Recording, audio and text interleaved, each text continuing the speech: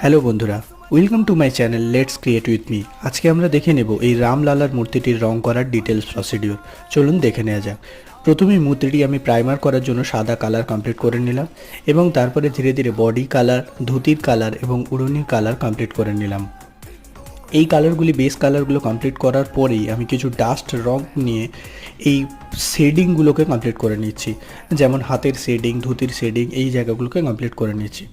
যখনই এই শেডিংগুলো কমপ্লিট হয়ে যাচ্ছে তারপরে আরও ডিটেলসে যাওয়ার জন্য আমি প্রথমেই হেয়ার কালারটা ব্ল্যাক কালার দিয়ে কমপ্লিট করে নিলাম এবং বেসটাকে আমি যেহেতু ব্ল্যাক কালার রাখতে চাইছি আমি ব্ল্যাক কালারে কমপ্লিট করে এই মূর্তির আইটা আমি একটু ডিফারেন্ট করেছিলাম, আমি ব্লু কালার দিয়ে আইবলটাকে কমপ্লিট করেছিলাম, তারপরে আরও ডিটেলস করেছিলাম ব্ল্যাক কালার দিয়ে এবং সব কিছু যখন কমপ্লিট হয়ে যাচ্ছে ফাইনালি আমি গোল্ডেন কালার দিয়ে জুয়েলারি এবং আদার এরিয়াগুলোকে কমপ্লিট করে নিয়েছি। ভিডিওটি ভালো লাগলে অবশ্যই লাইক করবেন এবং এর সম্পূর্ণ ডিটেল ভিডিও দেখার জন্য চ্যানেলটিকে সাবস্ক্রাইব করবেন।